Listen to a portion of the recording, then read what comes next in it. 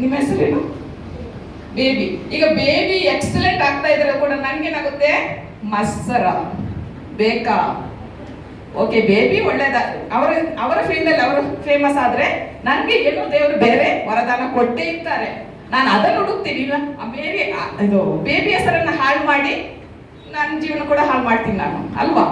So ಅದ್ರ ಬದಲಾಗಿ ಬೇಬಿಗೆ ನಾನು ಎನ್ಕರೇಜ್ ಮಾಡಿ ಬೇರೆಯವ್ರಿಗೂ ಅವ್ರ ಬಗ್ಗೆ ಒಳ್ಳೇದು ಮಾಡಿ ನನ್ನಲ್ಲಿ ಏನ್ ದೇವರು ಕೊಟ್ಟಿದ್ದಾರೆ ಅದನ್ನು ಹುಡುಕಿ ನಾನು ಫೇಮಸ್ ಆಗ್ಬೇಕು. ಅದನ್ನು ಬಿಟ್ಟು ನಾವು ಮತ್ಸರ ಅನ್ನೋದು ಹೇಳ್ತಾರೆ. ಒಂದು 500 ಮಂದಿ ಗಂಡಸರು ಒಟ್ಟಿಗಿದ್ರೆ ಏನ್ ಪ್ರಾಬ್ಲಮ್ ಆಗಲ್ಲ. ಅದೇ ಒಂದು 4-5 ಮಂದಿ ಹೆಂಗಸರು ಜಗಳ ಆಗುತ್ತೆ ಅಂತೇಳಿ ಏನಕ್ಕಾಗ್ಬೇಕು ಜಗಳ? ಆಗ್ಬಾರ್ದಲ್ವಾ? ಸೊ ನಾವು ನಮ್ಮ ಮಹಿಳೆಯರ ಶತ್ರು ಪುರುಷರು ಅಲ್ವೇ ಅಲ್ಲ. ಅವ್ರ ಶತ್ರುಗಳಾಗಿದ್ರೆ ಇಲ್ಲಿ ನಿಲ್ತಾನೆ ಇರಲಿಲ್ಲ. ಅವರು ನಮ್ಮ ಒಳಿತನ್ನೇ ಬಯಸುವವರಾಗಿದ್ದಾರೆ. ನಾವಿಬ್ರು ಕಿತ್ತಾಡುವಾಗ ಪಾಪ ಅವ್ರ ಮಧ್ಯದಲ್ಲಿ ಏನ್ ಮಾಡೋಕ್ ಆಗಲ್ಲ ಅವ್ರಿಗೆ. ಸೊ ಅವರನ್ನ ಖಂಡಿತವಾಗಿ ನಾವು ದ್ವೇಷಿಸ್ತಾ ಇಲ್ಲ. ಅವರು ನಿಜವಾಗಿ ಪುರುಷರು ನಮ್ಗೆ ಸಪೋರ್ಟ್ ಆಗಿದ್ದಾರೆ, ನಮ್ಗೆ ನಾವೇ ವೈರಿಗಳಾಗಿದ್ದೀವಿ. ಸೊ ಹಿಂಗಿರುವಾಗ ನಾವು ಯಾವ ರೀತಿಯಲ್ಲಿ ಈ ಪ್ರಾಬ್ಲಮ್ ಅನ್ನ ಸಾಲ್ವ್ ಮಾಡ್ಬೋದು? ನಾವು ಈಗ ಒಂದು ಮಹಿಳೆ ಹ್ಯಾಪಿ ಇದ್ರೆ, ನಗ್ನಾಗ್ತಾ ಇದ್ರೆ ಕುಟುಂಬ ಹೇಗಿರುತ್ತೆ? ಖುಷಿಯಾಗಿರುತ್ತಲ್ಲ. ಗಂಡನಿಗಾಗ್ಲಿ ಮಕ್ಕಳಿಗಾಗ್ಲಿ ಅಯ್ಯೋ ಮನೆಗೆ ಬರ್ಬೇಕು ಅನ್ಸುತ್ತೆ. ಅದೇ ಮಹಿಳೆ ಯಾವಾಗ ನೋಡಿದ್ರು ಕೋಪಗೊಂಡು ಬೈತಾನೆ ಇದ್ರೆ, ಗ್ರಂಬಲ್ ಮಾಡ್ತಾನೆ ಇದ್ರೆ ಅಯ್ಯೋ ಯಾರು ಬರ್ತಾ ಹೋಗ್ತಾರ ಮನೆಗೆ ಅಂತ ಹೇಳಿದ್ರು ರಾತ್ರಿ ಒಂದು 9 ಗಂಟೆಗೆ ಮನೆಗೆ ಹೋದ್ರೆ ಸಾಕಪ್ಪ ಊಟ ಮಾಡಿ ಮನೆಗೆ ಬಿಡೋಣ ಅನ್ನಿಸ್ತದೆ. ಅದಕ್ಕೆ ಕಾರಣ ಯಾರು? ನಾವ್ಯಾರು? ಹಾಗಾದ್ರೆ ನಾವು ಹ್ಯಾಪಿ ಆಗಿರ್ಬೇಕಾದ್ರೆ ನಮಗೆ ಸ್ವಲ್ಪ ಒಂದು 5 ಅಂಶಗಳನ್ನ ನಾನು ನಿಮ್ಮ ಮುಂದೆ ಇಡಲು ಆಶಿಸ್ತಾ ಇದ್ದೀನಿ. ಮೊದಲನೇದಾಗಿ ಸಣ್ಣ ವಿಷಯದ ಬಗ್ಗೆ ನಮ್ಗೆ ಗಮನ ಇರಬೇಕು. ಎರಡನೇದಾಗಿ ನಾವೊಂದು ಪ್ರಾರ್ಥಿಸುವ ಮಹಿಳೆ ಆಗ್ಬೇಕು. ಸೆಲ್ಫ್ ಲವ್ ಕೇಳಿದ್ದೀರಾ? ಸೆಲ್ಫ್ ಲವ್ ಮೂರನೇದಾಗಿ.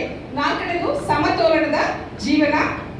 ಮತ್ತೆ 5ನೇದು ಜರ್ನಲ್ ಬರೆಯೋದು. ಓಕೆ, ಸೊ ಈ ಚಿಕ್ಕ ವಿಷಯಗಳಲ್ಲಿ ನಾವು ಗಮನ ಕೊಟ್ರೆ ನಾವು ಹ್ಯಾಪಿಯಾಗಿರಲು ಸಾಧ್ಯ. ಸಣ್ಣ ವಿಷಯ, ಒಂದು ದೊಡ್ಡ ಹಡಗು ಅದ್ರೊಂದು ಚಿಕ್ಕ ರಂಧ್ರ ಆಗಿದೆ ಅಂದ್ಕೊಳ್ಳಿ. ಅರೆ ಏನು ಚಿಕ್ಕ ರಂಧ್ರ ತಾನೆ ಅಂತ ಹೇಳ್ಕೊಂಡು ಬಿಟ್ರೆ ಏನಾಗುತ್ತೆ?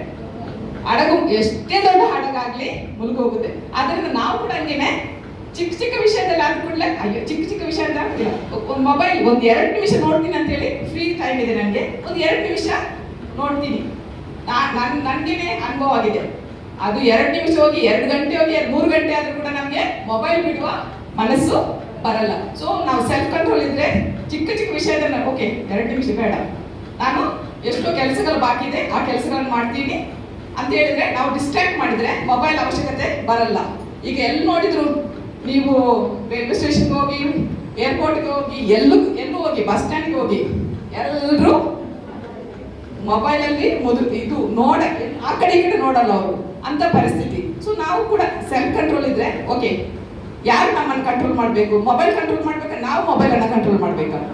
ನಾವು ಮೊಬೈಲನ್ನು ಕಂಟ್ರೋಲ್ ಮಾಡಬೇಕು. ಪ್ರತಿಯೊಬ್ಬರು ಮಹಿಳೆ ಕೂಡ ಪುರುಷರು ಕೂಡ ಅದು ಈಗ ಎಲ್ಲರೂ ಇದಾಗಿದ್ದಾರೆ. ಈಗ ಮಹಿಳೆಯ ದಿನಾಚರಣೆ ನಾವು ಆಚರಿಸ್ತಾ ಇರುವಾಗ ನಾವು ಓಕೆ 2 ನಿಮಿಷ ಅಂತ ಹೇಳ್ತಾ ಇದ್ದೀನಿ. ನಾನು 2 ನಿಮಿಷದಲ್ಲಿ ನಾನು ಮೊಬೈಲ್ ಕೆಳಗಡೆ ಇಡಲ್ಲ, ಬೇಡ 2 ನಿಮಿಷ ನೋಡೋದೇ ಬೇಡ ಅಂತ ಮೊಬೈಲ್ ನೋಡದಿದ್ರೆ ನಮ್ಗೆ ಎಷ್ಟೋ ಟೈಮನ್ನು ಉಳಿಸ್ಬೋದು. ಸೊ ಅದಕ್ಕೆ ನಾವು ಚಿಕ್ಕ ವಿಷಯ, ನಮ್ಮ ಮಕ್ಕಳಿಗೆ ಅಳ್ತಾ ಇದೆ ಮಗು, 1 ವರ್ಷದ ಮಗು ಅಳ್ತಾ ಇದೆ, ಊಟನೂ ಮಾಡ್ತಾ ಇಲ್ಲ, ಏನು ಮಾಡ್ತೀವಿ? ಮೊಬೈಲ್ ಈಸಿ ಕೆಲಸ ಅಲ್ವಾ? ಮೊಬೈಲನ್ನು ಕೊಡ್ತೀವಿ, ಆಯ್ತು. ಈಗ ಏನಾಗುತ್ತೆ, ಮಗುನ ಹಾಳು ಮಾಡ್ತಾ ಇದ್ದೀವಿ ನಾವು. ಒಂದು ಅಮ್ಮ ಅನ್ನುವ ಒಂದು ಜಾಗದಲ್ಲಿ ಇಟ್ಕೊಂಡು ನನ್ನ ಕಂಫರ್ಟಿಗೋಸ್ಕರ ಮಗುವಿಗೆ ಮೊಬೈಲ್ ಕೊಟ್ಟು ಆ